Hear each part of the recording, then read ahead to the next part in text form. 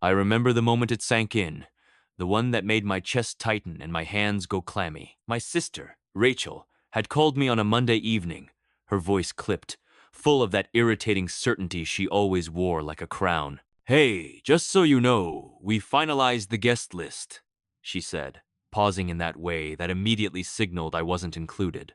"It's everyone we want. You know, the wedding's going to be really small." My fingers froze around my mug of lukewarm tea. Small. She'd literally said the words, "everyone we want," and I wasn't on that list.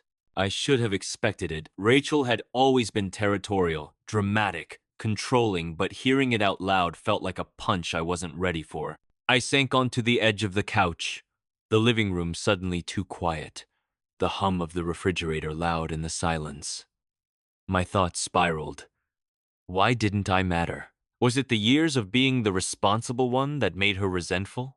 Or the fact that I'd refused to constantly cater to her whims during childhood? Memories flashed.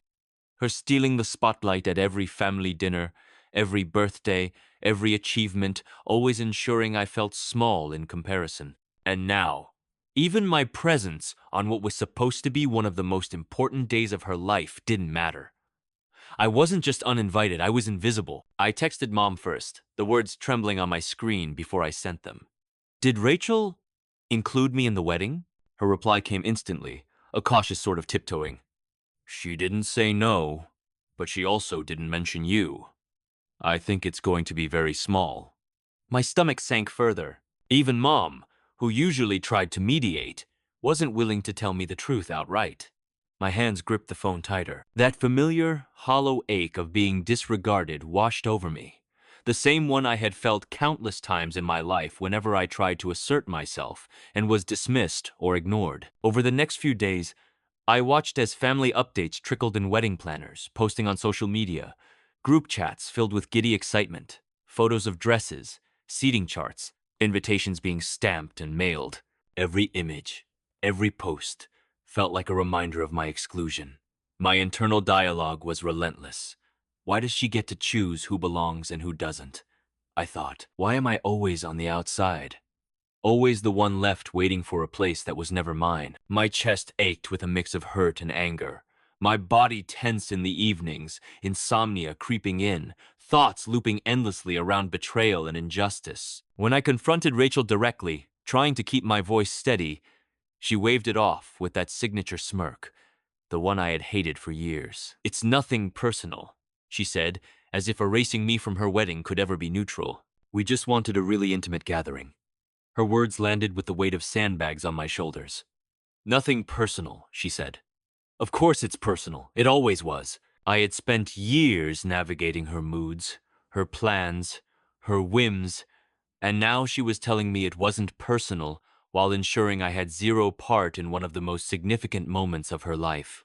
That night, I lay in bed staring at the ceiling, the quiet ticking of my alarm clock louder than usual. I felt a storm of emotions, anger, sadness, disbelief, but beneath it all was a simmering resolve. I realized that no one in that family had ever taken my feelings seriously. Rachel had no idea what it felt like to be excluded, dismissed, overlooked, and now, by choosing to leave me out, she had inadvertently handed me the most liberating opportunity I'd had in years. I made a decision then, lying there in the darkness, heart still pounding, but mind starting to clarify.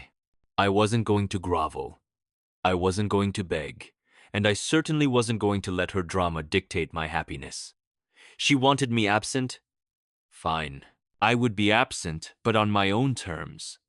For the first time, I would prioritize myself over their expectations, their plans, their manipulations. I would reclaim control of my life, even if it meant missing her wedding entirely. The thought brought a strange comfort. For once, I could choose my own path, my own joy, without worrying about appeasing someone who had always dismissed me. The anger was still there, simmering beneath the surface, but it no longer felt paralyzing. It felt like fuel. And somewhere in that quiet, I started to plan something I hadn't allowed myself to do in years, to walk away from the drama and finally live for myself. Once the decision settled in my chest, everything shifted. I booked the vacation on a quiet Tuesday night, My laptop balanced on my knees, the glow of the screen lighting up the dark living room. A beach town I'd always wanted to visit. One ticket, one hotel room. No compromises, no checking with anyone. My finger hovered over the confirmation button longer than necessary, guilt fluttering in my stomach like a trapped bird. But then I clicked it. The confirmation email landed in my inbox with a soft ping, and I exhaled for what felt like the first time in weeks. I didn't announce it to anyone. Not my parents.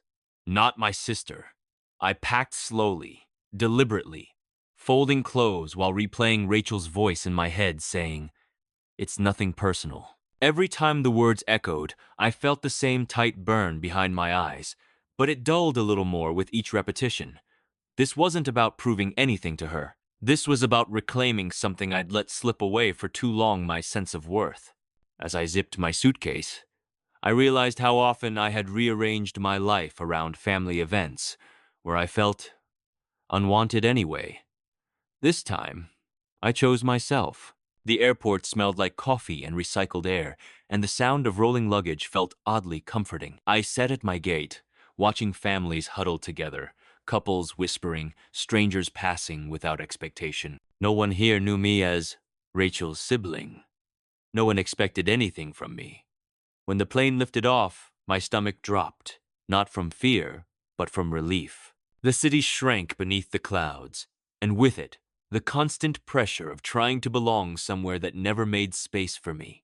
I stared out the window, jaw unclenched for the first time in days. When I arrived, the air was warm and salty, the kind that sticks to your skin and forces you to slow down. I checked into the hotel alone, the clerk smiling politely as she handed me the key. "Just you?" she asked casually. "Just me," I replied, surprised by how good it felt to say it out loud. The room was simple but bright, sunlight spilling across white sheets, the faint sound of waves drifting in through the balcony door. I stood there for a moment, suitcase untouched, letting the quiet settle around me. No group chats buzzing, no updates about seating charts or bridesmaid drama, just peace. The days unfolded gently. I woke up without alarms, ate breakfast by the ocean, wandered through unfamiliar streets without purpose. I laughed with strangers, read books uninterrupted, let my thoughts roam without being yanked back to family obligations. Every so often, guilt would try to creep in. You should be there. People will talk. But it didn't have the same grip it once did. Instead, I felt something new growing in its place. Confidence, clarity, the understanding that my absence wasn't a failure. It was a boundary. At night, lying in the hotel bed with the balcony door open, I reflected on how often I'd swallowed my feelings to keep the peace. How many times I'd shown up smiling while being quietly dismissed. Rachel had always assumed I'd be there no matter what, that I'd orbit her life obediently. The realization that I had stepped out of that orbit felt powerful, liberating. I wasn't running away. I was finally standing still in my own space. The wedding weekend crept closer, though I barely noticed at first. I silenced family group chats, muted notifications, and focused on the rhythm of waves and sunburned afternoons. Somewhere deep down, I knew chaos was brewing back home. Rachel never handled stress well, and without me smoothing things over, redirecting tension, absorbing blame, I suspected things wouldn't go smoothly. The thought didn't fill me with malice, just a quiet, ironic curiosity. On the morning of the wedding day, I sat on the beach with my toes buried in warm sand, watching the horizon glow pink and gold. My phone sat face down beside me, deliberately ignored. I breathed deeply, the salty air filling my lungs, grounding me in the present. For once, I wasn't waiting for a call, an accusation, a demand. I wasn't bracing myself to be blamed for someone else's emotions. I was exactly where I wanted to be. As the sun climbed higher, I felt a sense of calm settle over me, steady and reassuring. Whatever was happening back home, whatever drama was unfolding, it wasn't mine to fix. Rachel had made her choice, so had I, and as the waves rolled in endlessly before me, I knew one thing with absolute certainty. Walking away had been the right decision. I didn't check my phone until late afternoon, after the sun had burned off the morning haze and my skin felt pleasantly warm from hours outside. I'd just come back to my hotel room, sand still clinging to my ankles, when I noticed it vibrating nonstop on the bedside table. The screen lit up with a flood of missed calls and messages: Mom, Dad, my aunt, even a cousin I barely spoke to. My chest tightened, not with panic, but with a slow, creeping realization. Something had gone wrong. Something big. I sat on the edge of the bed, towel draped over my shoulders, scrolling through the notifications. Voicemails stacked on top of each other, each more frantic than the last. Please call me, my mom's voice pleaded in one. We need you, right now. Another from my dad was clipped and urgent, stripped of its usual calm. Rachel's name appeared too, repeatedly, though she hadn't left a voicemail. That alone told me everything. She was spiraling. I let the phone rest in my palm, feeling its warmth, my pulse steady despite the chaos humming through it. Curiosity nudged me, and I opened the family group chat I'd muted days earlier. The messages came in rapid-fire bursts. The florist didn't show. Rachel's losing it. The seating chart is wrong and people are furious. Where is she? Has anyone heard from you? I exhaled slowly, a bitter little smile tugging at my lips. Of course it was falling apart. Rachel had always needed someone behind the scenes, fixing things, smoothing egos, handling details she couldn't control. That someone had always been me. And today, I was 3 states away, watching the ocean instead. A strange mix of emotions washed over me: vindication, disbelief, and a quiet sense of awe at how fast everything unraveled without my presence. I pictured Rachel in her bridal suite, pacing, voice shrill, hands shaking as she barked orders no one could fulfill. I imagined family members scrambling, whispering, finally realizing how much emotional labor I'd carried for years. I wasn't laughing, but I wasn't upset either. I felt detached, like an observer watching a long-predicted outcome finally arrive. My phone rang again. Mom. I let it ring out. Another call followed immediately, then another.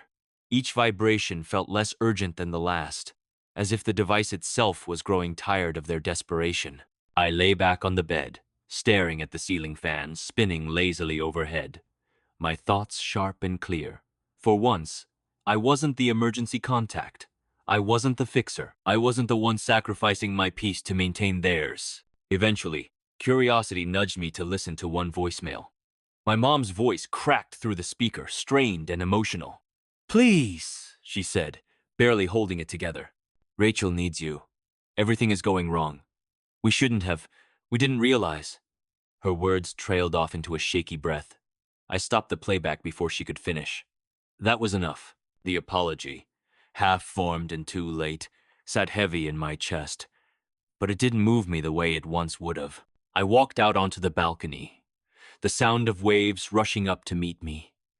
The sun hung low in the sky, casting everything in gold. Somewhere back home, chairs were empty, tempers were flaring, and a wedding was slipping through grasping fingers. Here, there was only salt air and steady breathing. I thought about how many times I'd been excluded, dismissed, overlooked, and yet expected to show up when things went wrong. Today, I wasn't showing up, and the world hadn't ended. It had simply revealed the truth. The messages kept coming. A cousin texted, "Can you please just call Rachel? She's hysterical." My dad sent, "We need your help. This is serious." Rachel finally texted too, all caps and broken sentences. "Answer me. This is your fault." I stared at her message longer than the rest, feeling something harden inside me. My fault. Even now, even after excluding me, she couldn't see past herself. The accusation didn't hurt. It clarified. I set my phone face down again and leaned against the railing, closing my eyes.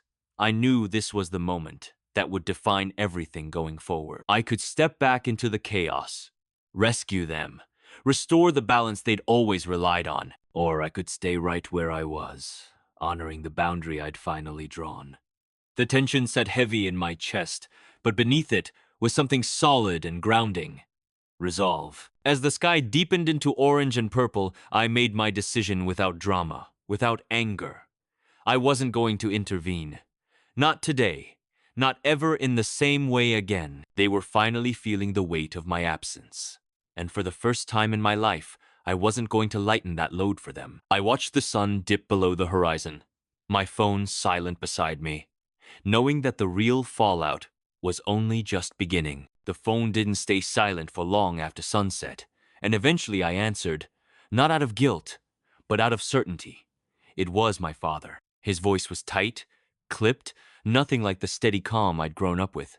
He didn't waste time. He said my name like a lifeline and told me the ceremony had been delayed. Guests were leaving. Rachel was screaming, crying, unraveling. He asked where I was, like the answer might fix everything. "I'm on vacation," I said quietly, the ocean still audible behind me. There was a pause, heavy and stunned.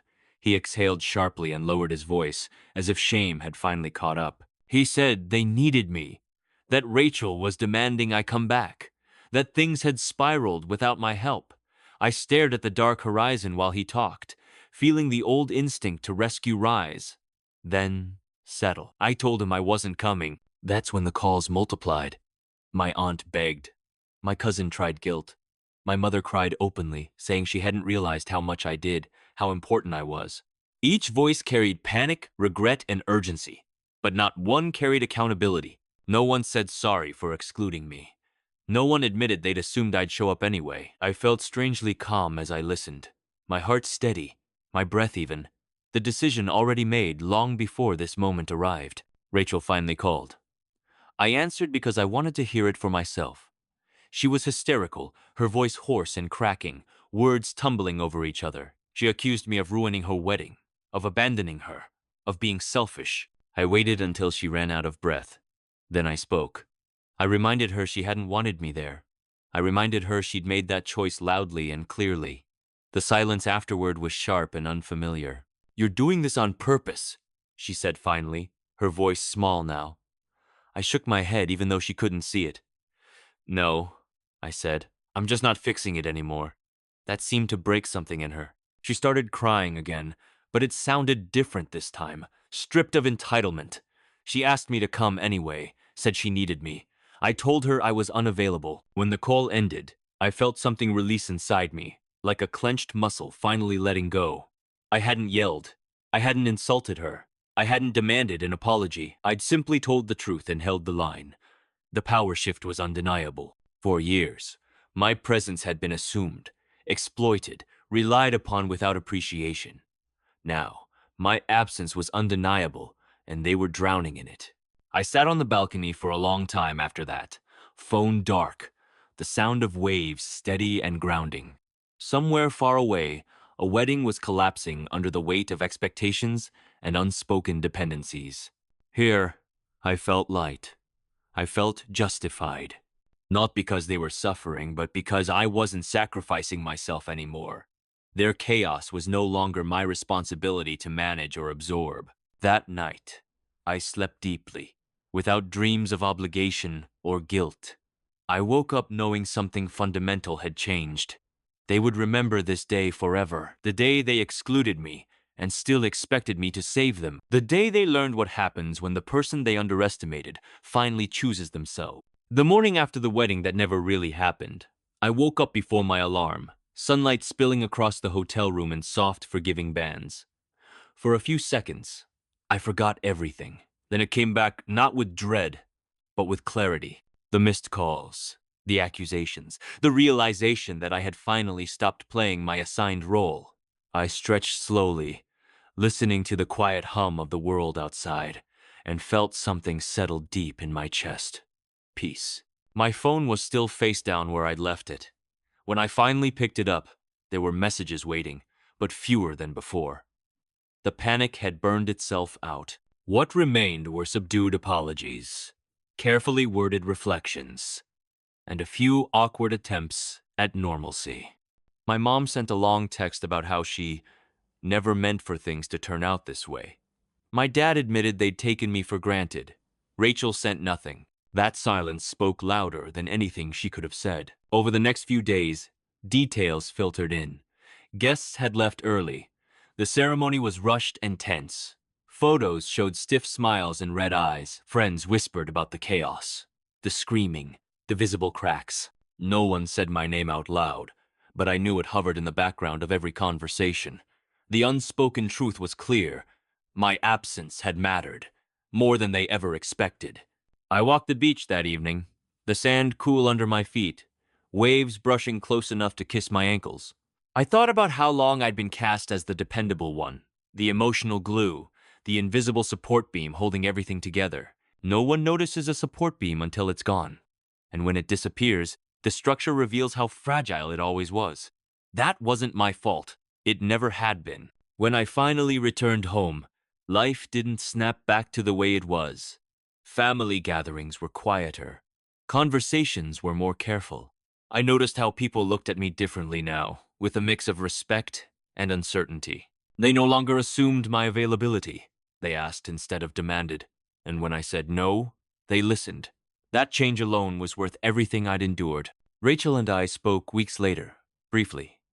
There was no dramatic apology, no tearful reconciliation, just an acknowledgement, strained and uncomfortable, that she hadn't handled things well. I didn't push for more. I didn't need it. I had already reclaimed something far more valuable than validation. I had reclaimed my agency. What surprised me most was how little resentment I carried. I'd expected anger to linger, bitterness to fester. Instead, there was a calm acceptance.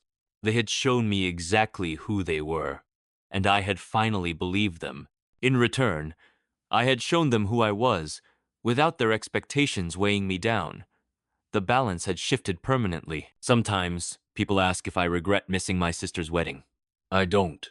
I missed a ceremony, not a relationship worth saving. I gained something far greater than a seat in a church or a place in a photo album. I gained the knowledge that my presence is a privilege, not an obligation. That my value doesn't come from how much I sacrifice, but from who I am when I stop sacrificing myself. The truth is simple, even if it took me years to accept it.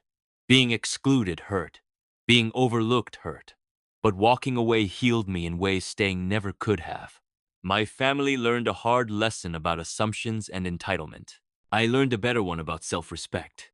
As I move forward, I carry that lesson with me, steady and unshakable. I show up where I'm wanted. I invest where I'm valued. And I no longer shrink myself to fit into spaces that never made room for me in the first place. They tried to reach me when everything fell apart, frantic and desperate, finally understanding my worth only in my absence. By then, I was already gone, not out of spite, not out of revenge, but out of growth. And for the first time in my life, choosing myself didn't feel selfish. It felt right.